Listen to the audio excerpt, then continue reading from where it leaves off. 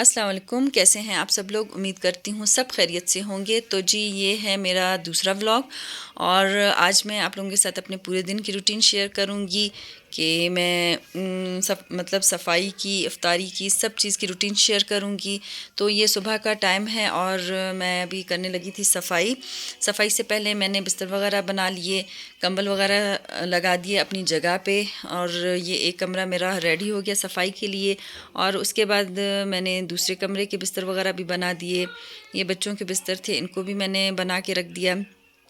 और इस बार सर्दियाँ बहुत लंबी चली हैं, तो रज़ाई और कंबल, जैकेट्स अभी तक यूज़ हो रहे हैं। और हमारे पास तो कुछ ज़्यादा ही ठंड है, क्योंकि कोयटा तो वैसे ही ठंडा इलाका है, इसीलिए यहाँ पे तो कुछ ज़्यादा ही ठंड है और हमारे हीटर भी अभी तक इवन चल रहे हैं। तो बस यहाँ पे मैंने हर चीज़ को अपनी जगह पे बना के रख दिया। और यहाँ पे मैं देख रही थी बच्चों की यूनिफ़ॉर्म जो वो रात को लेके आए थे, तो मैं उन्हें खोल के देख रही थी बच्चों की यूनिफ़ॉर्म, क्योंकि मेरे बच्चों के स्कूल अभी कुछ दिनों में ही खुलने वाले हैं। तो बस मैं उनको देख के वापस रख दूँगी। और उसके बाद मैंने उनकी स्टडी टेबल वगैरह सेट कर दी। स्टडी टेबल, टॉयज़ वगैरह इनकी एक जगह पे रख दिए। और टॉयज़ जितने भी बना के रखो, लेकिन वो थोड़ी देर के बाद वापस आपको ज़मीन पे पड़े ही मिलेंगे, क्योंकि छोटे-छोटे बच्चे हैं तो पूरा दिन इसी में ही लग जाता है कि सिर्फ़ टॉयज़ समेटने में ही लग जाता है। बस यहाँ पे मैं अभी जल्दी-जल्दी सफाई कर लूँगी। और अगर इतनी जल्दी सफाई हो जाती तो क्या ही बात था। यहाँ पे मैं देख रही थी कि मैं कितनी जल्दी सफाई कर रही हूँ, और अगर हकीकत में भी ऐसे हो जाता तो बहुत ही मज़ा ही आ जाता, क्योंकि ये वीडियो तो फ़ास्ट फॉरवर्ड पे है, लेकिन असल में इस तरह से तो नहीं होता है। बस यहाँ पे मैं अभी सफाई कर लूँगी, क्योंकि इफ्तारी का भी वक्त होने ही वाला था।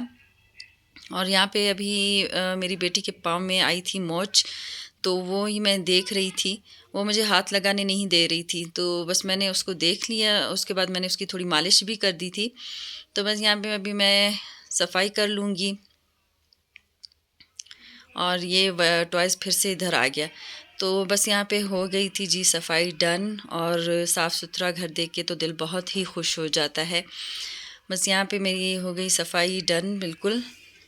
और अभी हम चलेंगे अपने किचन की तरफ और बनाएंगे अफ्तार। तो जी, आज अफ्तार में सबसे पहले ये तो मैं पकोड़ों के लिए मैंने सामान बना लिया। और मिक्स पकोड़े मैंने बनाए, जिसमें आलू, प्याज, हरी मिर्च, हरा धनिया वगैरह। और उसके अलावा सूखे मसालों में जो होता है नमक, मिर्च वगैरह, ये सब मैंने डाल के रख दिए। और सालन भी मैंने डन कर लिया था। और उसके बाद मैंने बूंदियाँ भिगो के रख दी, दही बूंदियाँ बना लूँगी। और यहाँ पे ये मेरी छोटी सी मानो मेरे पास आ गई थी। बस इसको मैंने थोड़ा सा देखा और अभी मैं करने लगी थी पकोड़े फ्राई। ये तेल मैंने डाल दिया था पैन में और अभी मैं कर लूँगी पकोड़े फ्राई। और अफ्तार का ये जो टाइम होता है ये बहुत ही जल्दी गुज़र जाता है। मतलब आप जितना जल्दी करने की कोशिश करो तो मतलब अज़ान तक तो भाग दौड़ लगी ही रहती है। और अगर एक बंदा हो तो बिल्कुल ही मतलब उसकी तो बस ही हो जाती है। उसके अलावा अगर आपके साथ छोटे-छोटे बच्चे हों, उनको भी साथ देखना हो तो बहुत ज़्यादा ही मुश्किल हो जाता है। लेकिन अल्लाह हिम्मत दे ही देता है रोज़े में। और जब करना होता है तो फिर बहाने कैसे, तो बस करने ही लेते हैं। तो यहाँ पे मैं पकोड़े फ्राई कर रही थी और एक बैच मैंने डाल दिया था पकोड़ों का। तो बस यहाँ पे अभी हमारे पकोड़े हो जाएंगे फ्राई। और यहाँ पे ये मेरी मानो जो है आके बार बार मुझे कुछ ना कुछ कहती है और नीचे वाले ड्रॉर खोलती है और उसमें से कुछ निकाल के मुझे देती कि मुझे ये दो। तो इसको मैंने बाउल में थोड़ा सा टैंग निकाल के दे दिया था और वो जाके खाती और उसके बाद फिर से आके मुझसे वही मांगती। तो बस ये बच्चों के साथ इस तरह से ही काम होता रहता है। तो बस ये एक पकौड़ों का बैच मेरा तैयार हो गया, इनको मैं निकाल लूँगी।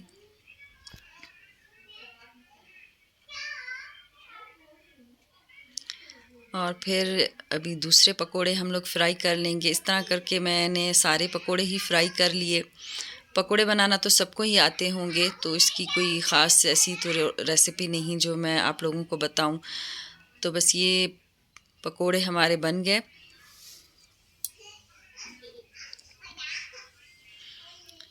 तो जी बस जल्दी जल्दी में ही काम हो रहा था, साथ साथ मैंने शरबत के लिए पानी भी निकाल दिया और चीनी भी घोल रही थी।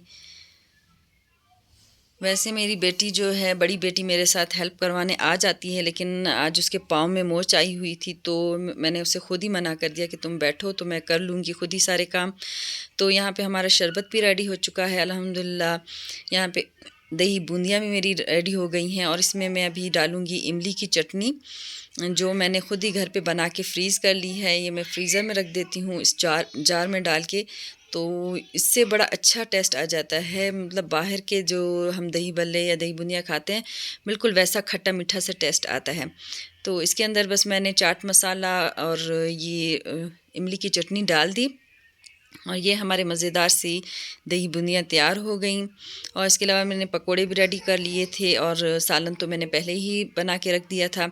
तो बस माशाल्लाह से हमारी इफ्तारी रेडी हो गई थी। और आज मैंने इतना ज़्यादा लंबा चौड़ा मेन्यू नहीं बनाया था, बस सिंपल सी चीज़ें बना ली थी।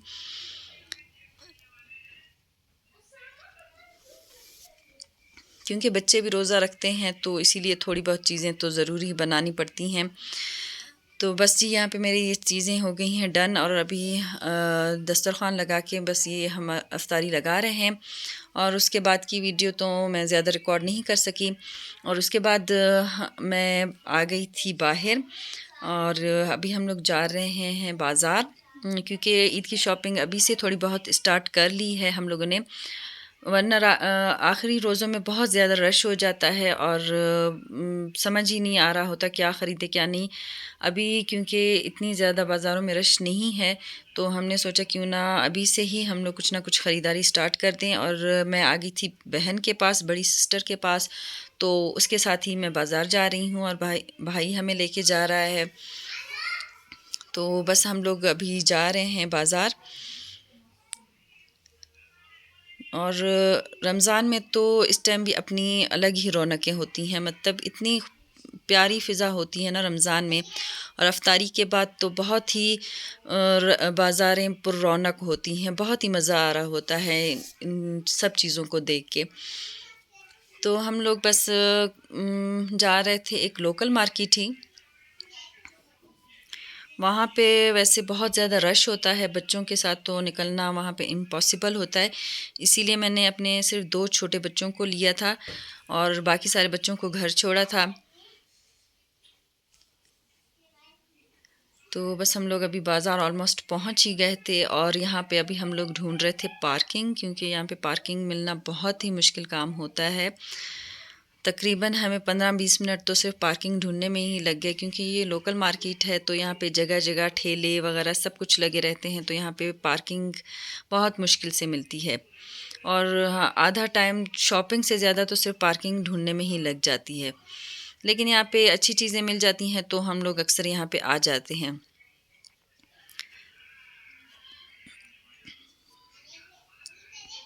अफ्तार के बाद क्योंकि हम लोग निकले थे और अफ्तारी करने के बाद और दूसरे थोड़े बहुत काम निपटाने के की वजह से जो है वो थोड़ा टाइम तो ज़्यादा हो गया था। लेकिन चलें हम लोग आ गए थे और उधर की मैंने कुछ ज़्यादा वीडियो बनाई नहीं थी, क्योंकि शॉपिंग करते हुए वीडियो बनाने का ख़्याल ही नहीं आता। जब ख़्याल आया तो मैंने थोड़ी सी निकाल के कुछ वीडियो बना ली थी। बस यहाँ पे अभी मैं देख रही थी कि बच्चों के कोई अच्छे से कपड़े मिल जाएँ, अच्छी शॉपिंग हो जाए। मैं यहीं पे यहाँ पे हम लोग कपड़े निकलवा रहे थे। कुछ कपड़े मैंने ले लिए थे बच्चों की, कुछ शॉपिंग कर ली थी। ऑलमोस्ट तो नहीं की, ऑलमोस्ट हो गई थी, मतलब पूरी नहीं की थी, ऑलमोस्ट हो गई थी। बस यहाँ पे अभी हम लोग कपड़े निकलवा रहे थे और पसंद कर रहे थे। आजकल बाज़ारों में इतनी वैरायटी नहीं है कपड़ों की, कुछ पसंद ही नहीं आता। तो बस उसके बाद अभी हम लोग वापस जा रहे हैं, भाई हमें छोड़ने जा रहा है। तो प्लीज़ वीडियो अगर अच्छी लगे तो लाइक करें और मेरे चैनल को सब्सक्राइब करें, क्योंकि आप लोगों के सब्सक्रिप्शन से और आप लोगों की लाइक करने की वजह से ही हम आगे बढ़ सकते हैं और हमारा मतलब आपके साथ और अच्छी-अच्छी वीडियोस शेयर कर सकते हैं। तो प्लीज़ लाइक करें और मेरे चैनल को सब्सक्राइब करें। अल्लाह हाफ़िज़।